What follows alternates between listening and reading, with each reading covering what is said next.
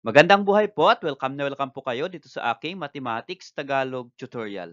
Sa video na ito ay papaliwanag ko po sa inyo about solving equation transformable to quadratic equation. So magpipresent po ako ng different examples just like this one. Transform the following quadratic equation in standard form then solve. So lahat po ng given 1, 2, 3, 4 equations are not in standard form of quadratic equation. Yung iba, akala natin hindi ito quadratic equation, but if you're going to simplify, yan pala ay magiging quadratic equation. So, paano nga po ba ita-transform into quadratic equation at paano po isosolve? Yan po yung aking papaliwanag sa inyo, step by step. Okay, so let's start with number 1 equation. So, we have x times the parenthesis x plus 6 plus 11 equal to 3. So, bago po natin isolve ito, kailangan ay i-rewrite natin in standard form. So, ano po ang standard form ng quadratic equation? Yan po yan. So, x squared plus bx plus c equal to 0. So, paano po i-transform ito into this form, standard form? So, in this case, we have parenthesis. Tanggal po natin yung parenthesis by multiplying x sa x plus 6. So, ano po yung gagamitin natin dyan? Gagamit po tayo dyan ng distributive property. So, we're going to multiply ito pong x times 6, first term, x rather. What is x times x? X squared.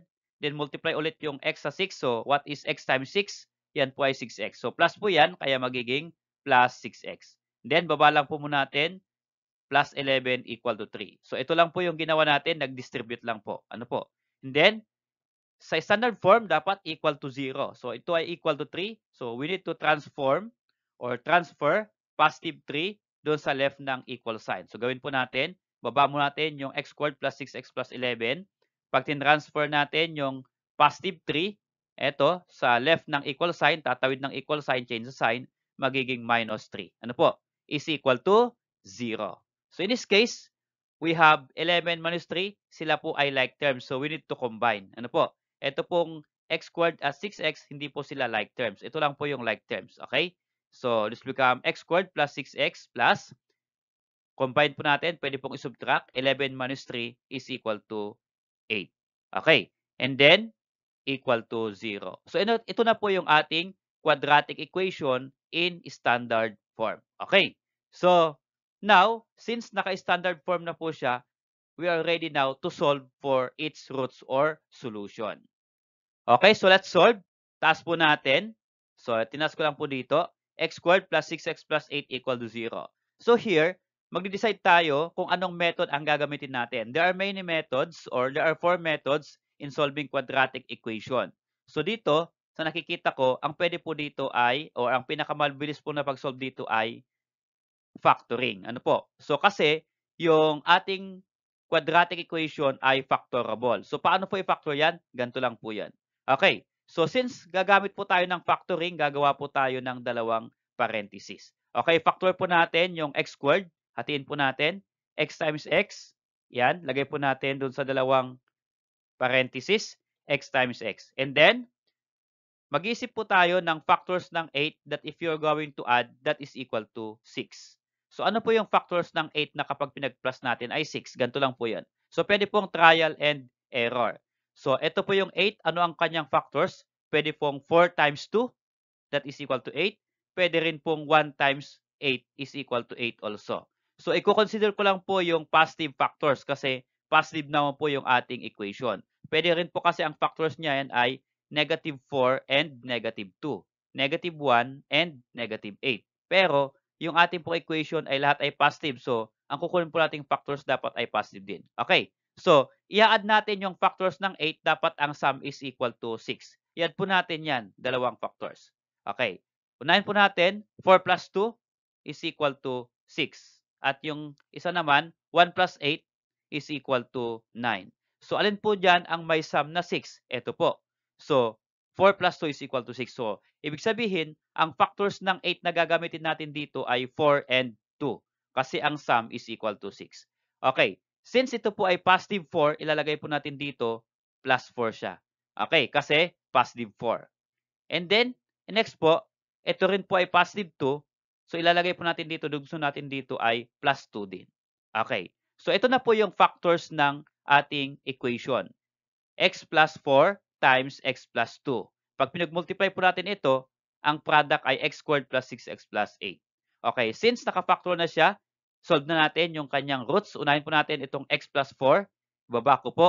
Equate po natin to 0 yung dalawang factors. So, x plus 4, ito, equal to 0. Yung pangalawa ay x plus 2, equal to 0.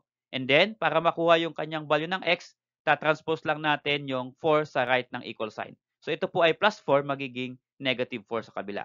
So, x is equal to negative 4. At yung x plus 2 naman, transform mo yung plus 2 or positive 2 sa kabila magiging negative 2.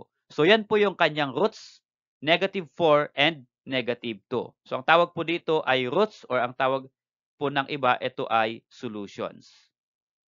Okay, so about this number 2 equation, we have 3x squared plus 8x is equal to 2x squared minus 15. So, ito pong ating equation na given is not written in standard form. Ang standard form po kasi dapat equal to 0. So, equal to 0. Dito po ay equal to 2x squared minus 15. So, ibig sabihin, i-transfer po natin itong 2x squared minus 15 doon sa left ng equal sign. Okay, gawin po natin. Okay, so pag naglipat po tayo, itong ating 2x squared, 3x squared at 2x squared, sila po ay like terms. So, pag nilipat natin, pwede na po nating pagtabihin. Ano po? Para ma-simplify natin. So, this become 3x squared. Then, kapag nilipat natin itong 2x squared na ito, positive siya, magiging negative. So, magiging minus 2x squared. And then, next po ay 8x dito at minus 15. So, hindi po sila like terms. So, ito po, idagdag lang natin ito dito sa baba. I-add lang natin. This become plus 8x. Take note, hindi po magbabago yung kanyang sign na plus 8x kasi hindi naman po siya tumawid ng equal sign. Okay? Sa left pa rin siya ng equal sign. Ito pong minus 15, ililipat na po natin sa pinakang huli. Ano po? So, minus 15 siya. Pag nilipat, change the sign, magiging plus 15. So, ang matitira na lang po sa right ng equal sign ay wala. So, lagyan po natin ng 0. Okay, so ito na po yung 2x squared. Ito siya. Positive will become negative. Ito na pong minus 15. Lipat natin siya. So, minus siya, magiging plus 15. In this case, apat po na terms yung nandito. So, kailangan i-simplify natin itong like terms natin na 3x squared minus 2x squared. Okay? So, we are going to subtract kasi minus po yan. So, pareho po yung kanilang variable exponent na x squared. Subtract lang po yung numerical coefficient. So, what is 3 minus 2? Equal to 1. So, magiging 1x squared or pwedeng x squared na lang. And then, ito po, we cannot add 8x plus 15. So, just bring down plus 8x plus 15 equal to 0. So, ito na po yung ating quadratic equation in standard form. Hindi na po natin pwedeng i-simplify yan. Ano po? Okay, now, we are going to solve. So, dito po ilagay sa taas, x squared plus 8x plus 15 equal to 0. So, again, ano po yung pinaka-best method in solving this quadratic equation? Tignan po natin kung factorable siya kasi yun po yung pinakamabilis. So, factorable po ba yung 15? Mayroon po bang factors ng 15 that you're going to add is equal to 8? Meron po. So, ibig sabihin, gagamit po tayo dyan ng factoring. Okay. So, sige. Factors po natin yung x squared. Dalawang x po yan. So, dito po yung unang x. Dito po yung pangalawang x. So, this become x times x. And then, ano po yung factors ng 15 that if you're going to add, yan po ay 8. Okay. So, marami pong factors ng 15. Ito po yung 15. So, pwede pong 5 times 3. Pwede pong 1 times 15. Again, ang gagamitin ko lang pong factors dito ay positive kasi plus lang po lahat yung ating given na terms. Okay, positive po. So, if you're going to add the two factors, okay, we have 5 plus 3 is equal to 8. At 1 plus 15 is equal to 16. So, alin po dito ang may sum na 8? Ito pong 5 plus 3. So, check po natin. 5 plus 3 is 5 times 3 is 15 and 5 plus 3 is equal to 8. So, ibig sabihin, ang gagamitin po nating factors ay yung 5 and 3.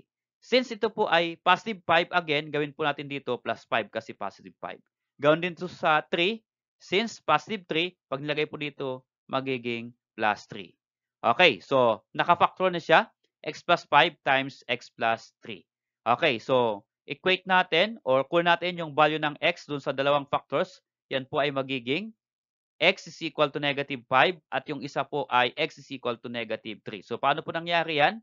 Ito pong x plus 5, change mo lang yung sign, positive will become negative. Ano po? So, x is equal to negative 5. Yun po yung shortcut. At ito naman, plus 3 or positive 3, yan po ay magiging negative 3. So, the roots are negative 5 and negative 3. Okay, so about this number 3 example. So, we have x minus 3 square is equal to 2x minus 3. So, in this case, again, yung ating equation is not in standard form. Ano po? So, we are going to simplify. Gawin po nating standard form bago po natin makuha yung roots or solution. Okay, gawin po natin. So, x minus 3 square. So, kailangan expand po natin ito. Ano po? So, ano po ang ibig sabihin ng x minus 3 square? Yan po ay x minus 3 times x minus 3. So, para expand po yan, ganito lang po ang pag-expand. Yun pong x na first term, i-square lang po natin. So, ang first po natin ay x, so i-square po natin, magiging x squared. Ano po? And then, ang next po ay yung middle term. So, paano po naging minus 6x? I-add lang, i-multiply lang po natin itong first and second. Ano po? What is 3 times x? 3x. And then, multiply by 2 always. Ano po? So, 3x times 2 is 6x. So, since that is negative, so, magiging negative po dito or minus 6x. Okay. Or, ang shortcut po ang iba dyan ay add mo lang po sa kanyang sarili. 3 plus 3 is equal to 6.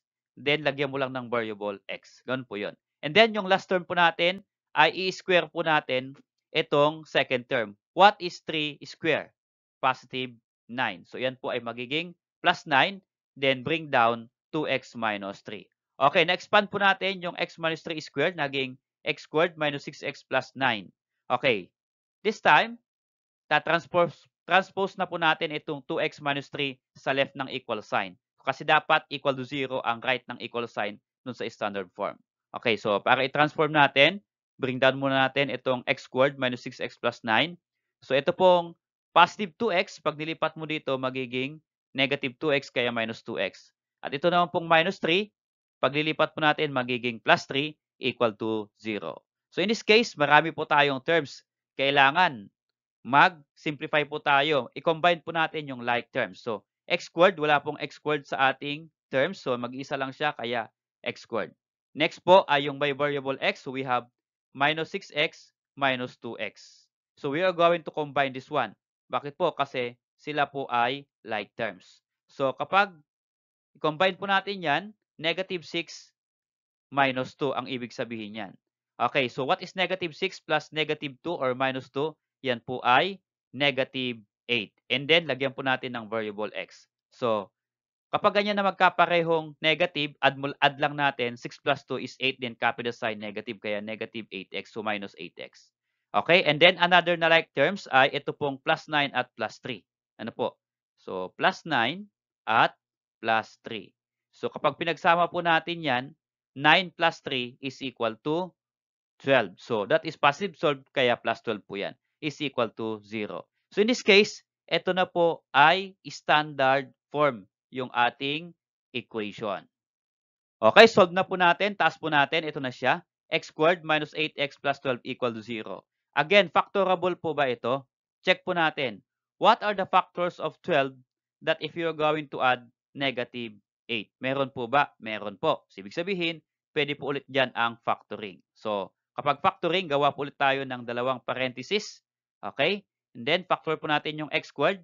So, x squared is x times x. Lagay po natin sa magkabila ng parenthesis. Okay, x times x. Now, what are the factors of 12 that if you're going to add negative 8? So, meron po bang factors? Meron po. Ito, shortcut natin. So, ang factors po niya ay negative 6 at negative 2. So, negative 6 times negative 2, positive 12. Right? And if you're going to add negative 6 plus negative 2 is equal to negative 8. So, ibig sabihin, ito po yung kanyang factors. X minus 6 times x minus 2. Kapag pinag-multiply po ito po ang lalabas na trinomial. X squared minus 8x plus 12. Okay, again. So, dalawa na po yung kanyang factors. Equate the two factors to 0. Okay? So, we have x minus 6 equal to 0, x minus 2 equal to 0. And then, transpose po ulit natin. Minus 6, pag nilipat po, magiging positive 6. So, x is equal to 6. At yung x minus 2, x is equal to 2. So, the roots are 6 and 2. Okay, so about this number 4 equation. So, we have parenthesis, x plus 2 square plus the parenthesis, x minus 1 square is equal to 8. So we are going to write this one in standard form. So this time, ililib ko po itong activity ninyo. Try nyo pong isolve. Pause nyo po yung video na ito and then isolve ninyo. At the end of this video, ilalagay ko po dito yung computation or calculation ng roots of this equation. Pati po yung pagkuha po ng standard form, ipipresent ko po. Maraming salamat sa panood kaibigan. Kung nagustuhan mo yung video na ito, please click like and then subscribe kung bago ka pa lang po dito sa aking channel. Okay, so ito po yung computation ng number for example. Ang standard form po niya ay 2x squared plus 2x minus 3 equal to 0. At ang ginamit ko po dito ay quadratic formula. Okay, so dito, ang kanyang roots ay x sub 1 is equal to 2x plus square root of 28 over 4 at x squared or x sub 2 is equal to negative 2 minus square root of 28 over 4. So ito po yung kanyang roots. Ito din po yung kanyang computation using quadratic formula.